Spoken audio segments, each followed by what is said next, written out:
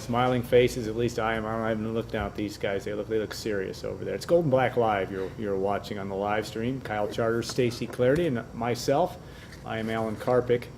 Purdue, Iowa tomorrow. As we often say, this by Friday at this time, we're ready for them to play football. And we're still 22 hours away from that. Stacy, I'll let you take the first whack at it. You've been talking all week that this is I think we've all been talking all week. This is a big game for Purdue.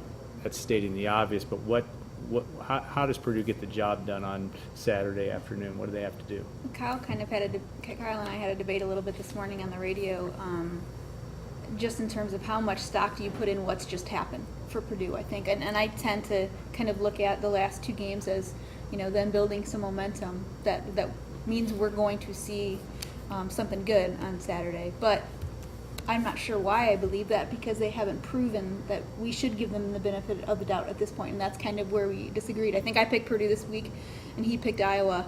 I think that they are doing good things now. I think especially in the run defense, and that's going to be a huge deal for them this week to be able to stop the run again. I feel like there are reasons to believe that this could be a good start for them. I think that's how they look at it, that this is really a new season. And that this can be a good start, and the guys are really excited to see and prove that they can be a better team.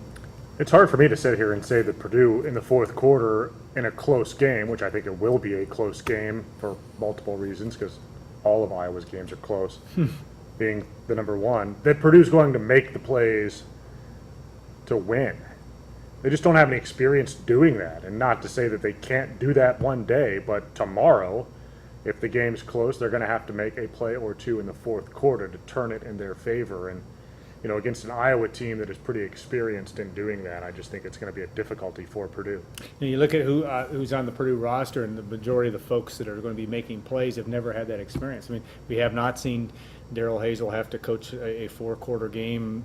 I mean, with a couple maybe minor exceptions, you can say Indiana State and Illinois last year. But that's one of the things I'm looking most forward to seeing, too, is seeing if Purdue's in a position, let's say midway through the third quarter, it is a football game, what they do, what the Boilermakers do to put themselves in a position to win.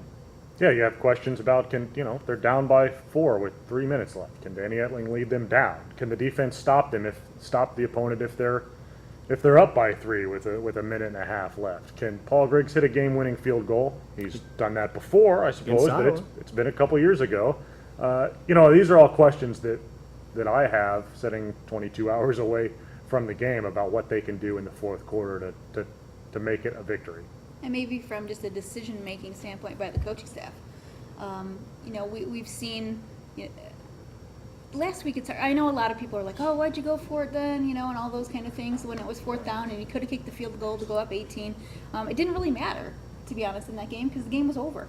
And but what are the decisions when it's crunch time, and those kind of things. Those things we haven't seen yet that I think we'll be interested to see probably tomorrow. End of the game, you got a minute left. You can't take a sack when you only have one timeout remaining if you got to score a touchdown. It's those kind of things that, while it wasn't a big deal against SIU at halftime, would be a very big deal on Saturday. Playmakers are at a premium in any college football game, and this week featured Danny Anthrop, and here's a guy that's starting to put some numbers up that make him is he the go-to guy. I mean, he is the go-to guy of the week, but he's starting to put up those kind of numbers.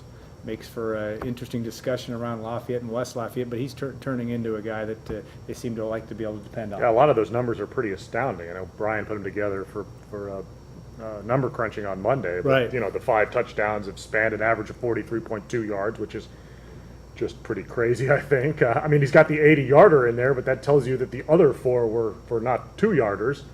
I think the shortest one was, 23, I think, somewhere around there. But, and the last 3 times he scored a touchdown has been one-play drives. It's pretty incredible. I think, they need more than just him. I think D'Angelo Yancey has to be more consistent. You talk about winning plays. If you get the opportunity to throw a 50-yard touchdown, 45 of it in the air against Iowa, you can't have the receiver drop the ball.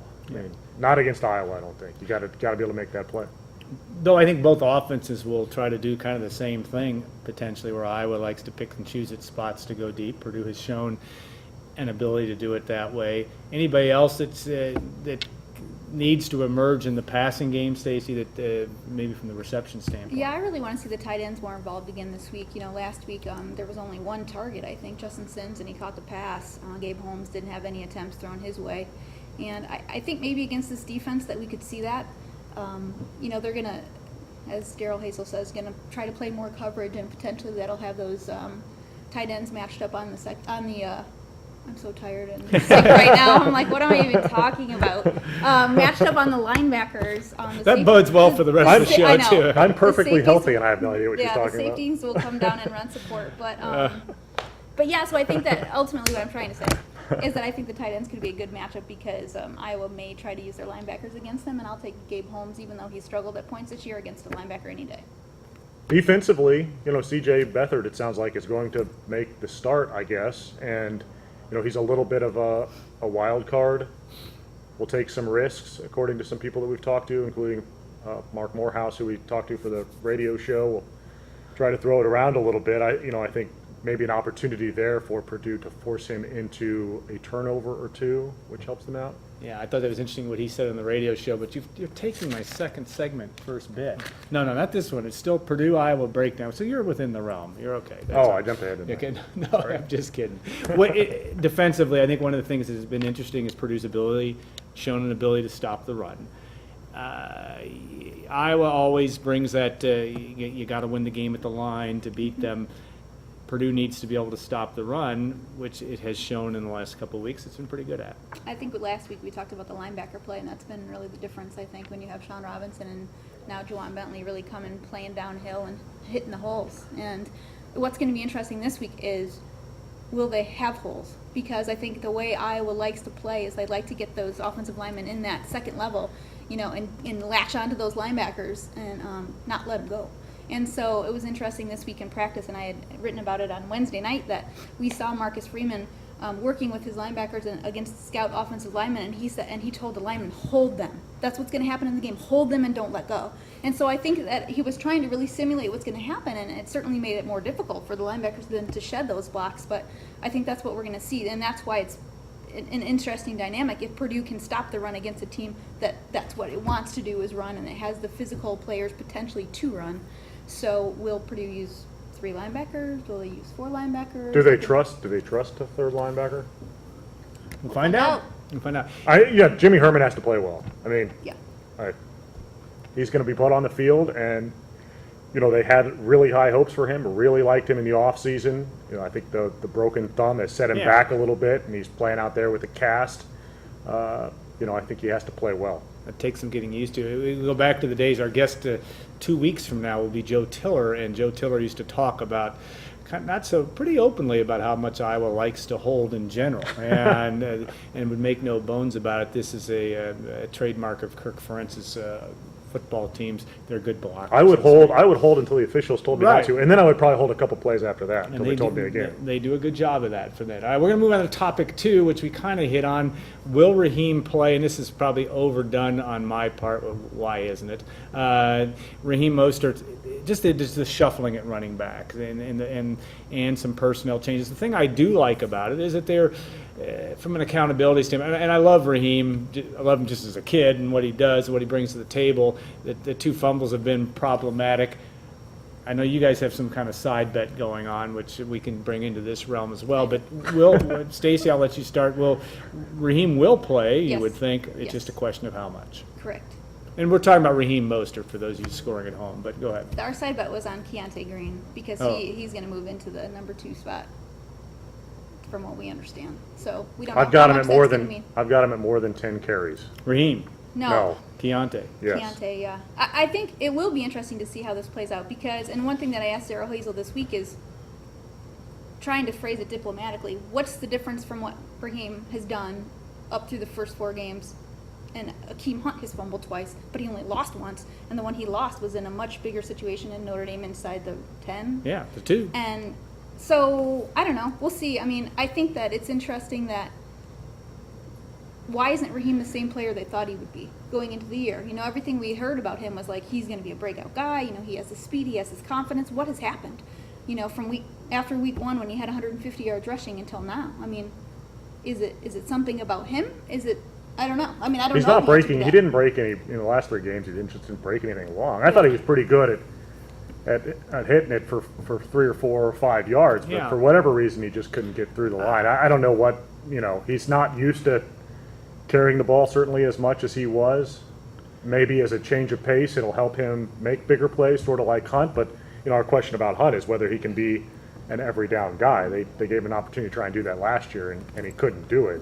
But my comment to that would be just watching the games over again. As you watch him, I don't know that he had a lot of opportunities to do that. I mean, he had a couple plays against Notre Dame where if he just could have broken one tackle, he might have been off the races, and then you've been talking very differently. Last week, he's out of the game when it was mop-up time, but partly on his own doing, but he's out of the game when Green was running people over, and maybe there would have been some opportunity for him there. I like Keontae Green. I think he's going to be a very good player.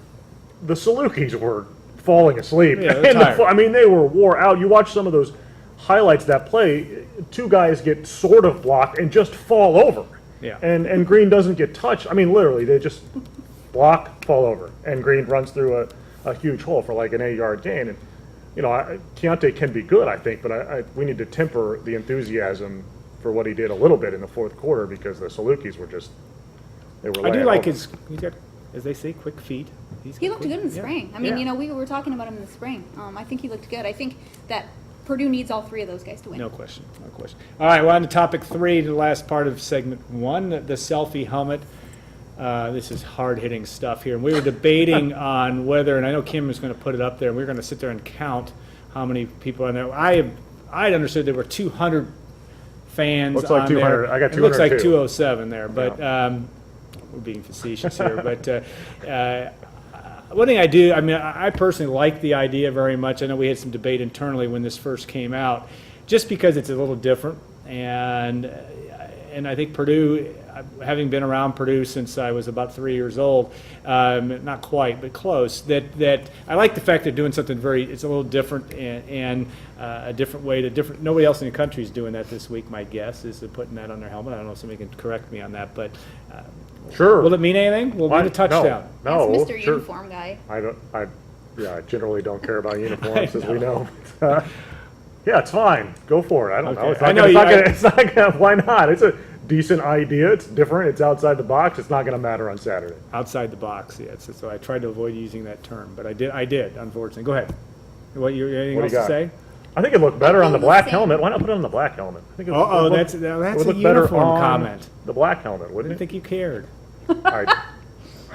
I'm trying to be PC and care a little. Okay, and the outline, the black P made me believe they were putting on the gold helmet, which They are. They are. we know they are, Yep. and they're going to wear gold pants as well, Yes. which is very important. Gold, black, gold.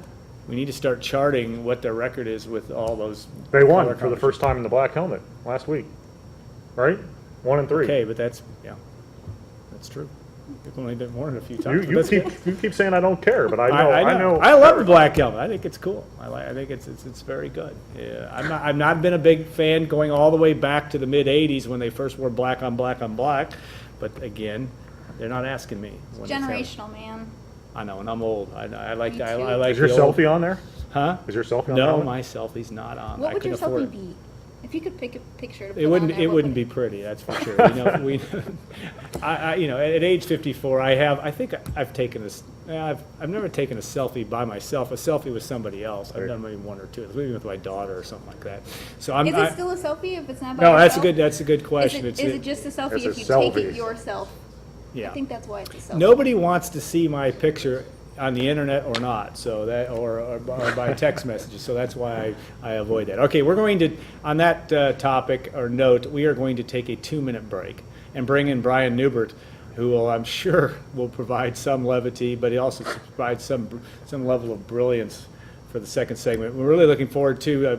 Dr. Marcia Shoup has shown up early because she really wanted to see what this was all about, and she still has a chance to go home.